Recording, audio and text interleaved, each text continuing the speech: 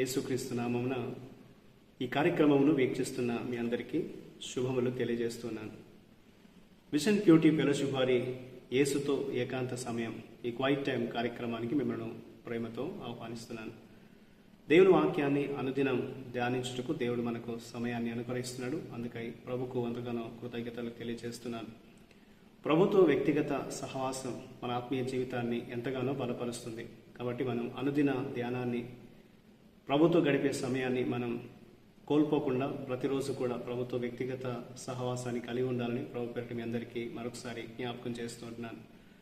కొరింథీయులకు రాసిన మొదటి పత్రిక మనం ధ్యానిస్తున్నాం. ఈరోజు మన ధ్యానం కొరకై ఏర్పాటు చేయబడిన లేఖన భాగము 1 కొరింథీ 10వ అధ్యాయము 14వ వచనం నుండి 11వ అధ్యాయం 1వ వచనం వరకు. ముందుగా ఈ భాగంలో మనం 10వ అధ్యాయము 23, 24 వచనాలు చదువుకుందాం. అన్ని విషయముల యందు నాకు స్వాతంత్ర్యము కలదు, కానీ అన్నీయు చేయదగినవి కావు. అన్నిటి యందు నాకు స్వాతంత్ర్యము కలదు, కానీ అన్నీయు క్షమావృద్ధి కలగచేయవు. ఎవడునో తన కొరకే కాదు, ఎదుటివాని కొరకు మేలు చేయ చూచుకొనవలెను. ఈనాటి లేఖన భాగం ఆధారంగా మనం ఏర్పాటు చేసుకున్న అంశం ఏదనగా అనేకుల మంచి కొరకు, for the good of many. నేటి వాక్య భాగం యొక్క సారాంశాన్ని మనం గమనించినట్లయితే, బలి అర్పణలు తినడం ద్వారా విగ్రహారాధనలో పాల్పంచుకోవడం మానుకోవాలని పౌలు కొరింథీయుల విశ్వాసులకు విజ్ఞప్తి చేశాడు. విందులలో పాల్పంచుకోవడము ఐక్యతను సూచిస్తుంది. కాబట్టి విశ్వాసులు విగ్రహాల వెనుక ఉన్న దుష్ట శక్తులతో ఏకమై దేవుని ఉగ్రతకు గురవుతున్నారు. వారు దేవునికి కృతజ్ఞతతో సంతలో అమ్మే ఆహారాన్ని తినడానికి స్వేచ్ఛ ఉంది, కానీ ఇతరుల ప్రయోజనం కోసం సంయమనం పాటించాలని పౌలు వారిని కోరినట్లుగా ఈ వాక్యం మనకు తెలియపరుస్తుంది. యేసు మరియు పౌలు జీవితాల ద్వారా ప్రదర్శించబడినట్లుగా విశ్వాసులు స్వేచ్ఛను తమ ప్రమాణంగా చేసుకోకూడదు, కానీ దేవుని మహిమ కొరకు, తమ పొరుగువారి ప్రయోజనం కొరకు, ఇతరుల రక్షణ కొరకు జీవించేటట్లు చూసుకోవాలని పౌలు ఈ యొక్క లేఖనం ద్వారా జ్ఞాపకం చేస్తూ ఉంటున్నాడు. ఇందులో దేవుడు మనకు నేర్పే పాఠాన్ని మనం గమనించినట్లయితే 10వ అధ్యాయం 20-21 వచనాల ప్రకారంగా దుష్ట శక్తులు చెడు పనుల వెనుక అవి పనిచేస్తూ ఉన్నాయి. మన మూఢనమ్మకాలతో విగ్రహాలను పూజించకూడదు, కానీ దేవుణ్ణి కలిగి జీవించే వారంగా మనం ఉండాలి. అలాగే లైంగిక దురాచారాన్ని, హింసను కూడా తేలిక తీసుకోకూడదు. దుష్ట ఆత్మలు మన ఆత్మను కూడా ప్రభావితం చేయగలవు. కాబట్టి మనం దుష్టాత్మలకు సులభంగా లొంగిపోకుండా చూసుకోవాలి. ఒకవేళ అలాగా లొంగిపోతున్నామేమో అని మనల్ని మనం ఎప్పుడు కూడా పరీక్షించుకోవాలి అనేది, ఆత్మ పరిశీలన చేసుకోవాలనేది లేఖనం మనకు జ్ఞాపకం చేస్తుంది. 10వ అధ్యాయం 23, 24 అలాగే 31, 33 వచనాలు గమనిస్తే, క్రైస్తవులు దేవుణ్ణి మహిమపరిచే వ్యక్తులు మరియు తమ పొరుగువారి మంచి కోసం పనులను వారు చేస్తూ ఉంటారు. ఆ విధంగా జీవిస్తారనేది లేఖనం తెలియజేస్తుంది. మనం ఏం చేసినప్పటికీ దేవుని మహిమ కొరకు చేసేవారుగా ఉండాలి. అలాగే ఇతరుల మేలు కొరకు చేసేవారంగా ఉండాలి.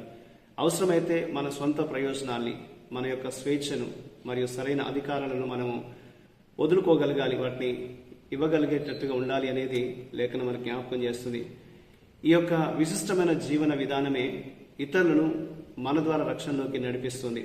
కాబట్టి మనం అనుదినము మనల్ని మనం పరీక్షించుకుంటూ, నేను దేనికి ముఖ్యమైనదిగా పరిగణిస్తున్నాను, దేనిని ముఖ్యమైనదిగా ఎంచుతున్నానని మనం పరీక్షించుకోవాలనేది దేవుడు మనకు జ్ఞాపకం చేస్తూ ఉంటున్నాడు. ఈ లోకపు వ్యాపకాల్లో లేక లోకపు ఆచారాల్లో మనము మునిగిపోకుండా దేవుని గణపరిచేటువంటి మార్గాలను ఎంచుకునే వరంగా మన జీవితాల ద్వారా దేవుడు మహిమ పొందినట్టుగాను, అలాగే ఇతరులకు మేలు కలిగే విధంగా మన ఆధ్యాత్మిక జీవితాన్ని మనం జీవించాలనేది లేఖనం మనల్ని గుర్తు చేస్తుంది. కాబట్టి ఈరోజు మనందరం కూడా మనం ఏ రీతిగా ఉంటున్నామో, దేన్ని ప్రాధాన్యంగా ఎంచుకుంటున్నామో, మనకున్నటువంటి స్వేచ్ఛను దేనికోసం ఉపయోగిస్తున్నామో ఒకసారి మనం పరీక్షించుకోవాలనేది దేవుడి రోజున ఈ వాక్యం ద్వారా మనల్ని జ్ఞాపకం చేస్తున్నాడు. పౌలు సెలవిస్తున్నట్లుగా అన్నీయూ చేయదగిన స్వాతంత్రం ఉన్నప్పటికీ అన్ని ప్రయోజనం చేకూర్చేవి కావు అని జ్ఞాపకం చేస్తూ ఉంటున్నాడు. కాబట్టి మన అనుదిన జీవితంలో మనము ఏది మనకు మేలు గుర్తించగలిగేటట్లుగా ఉండాలి. మంచి చెడుల వివేచన మనము ఎరిగి ఉండే వారంగా ఉండాలి అనేది లేఖనం మనకు జ్ఞాపకం చేస్తుంది. కాబట్టి ప్రతిరోజు కూడా మన ఆత్మీయ జీవితాన్ని పరీక్షించుకుంటూ దేవుని మహిమపరిచే వ్యక్తులుగాను, పొరుగు వారికి మేలు చేసే మంచి పనులు ఎంచుకునే వ్యక్తులుగా మన జీవితాలు ఉండేటట్లు చూసుకోవాలనేది ఈ లేఖనం మనకు తెలియజేస్తుంది. కాబట్టి మన హృదయాన్ని దుష్ట శక్తులకు ఇవ్వకుండా మన పొరుగువారి పట్ల శ్రద్ధ వహిస్తూ దేవుని మార్గంలో సాగిపోవాలనేది, అనేకుల మంచి కొరకు జీవించే విధంగా, తద్వారా అనేకులను ప్రభు యొక్క మార్గంలోకి నడిపించేవారుగా మనం జీవించగలగాలనేది దేవుడు మనకు తెలియజేస్తున్నాడు.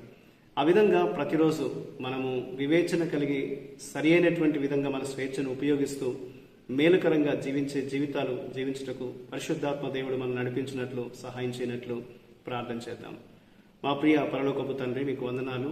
మమ్మల్ని రక్షించినందుకు స్తోత్రాలు ప్రభా. మేము దుష్ట శక్తులకు మా హృదయాలు ఇవ్వకుండా మా పొరుగు వారి పట్ల శ్రద్ధ వహించడానికి, అనేకుల మేలు కొరకు మేము జీవించడానికి, నీ నామ మహిమ కొరకు మేము బ్రతకడానికి మాకు సహాయం చేయండి.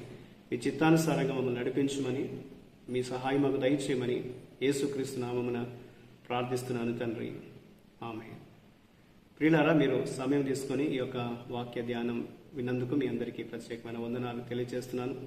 ప్రతిరోజు మీకు అందించబడుతున్న ఈ అనుదిన ధ్యానాలు మీకు మేలుకరంగా ఉన్నట్లయితే మీ అనుభవాల్ని మాతో పంచుకోవాలని కోరుతున్నాను. ప్రభు కృప మనందరికీ నిత్యము తోడై ఉండి కాపాడును గాక. ఆమేన్.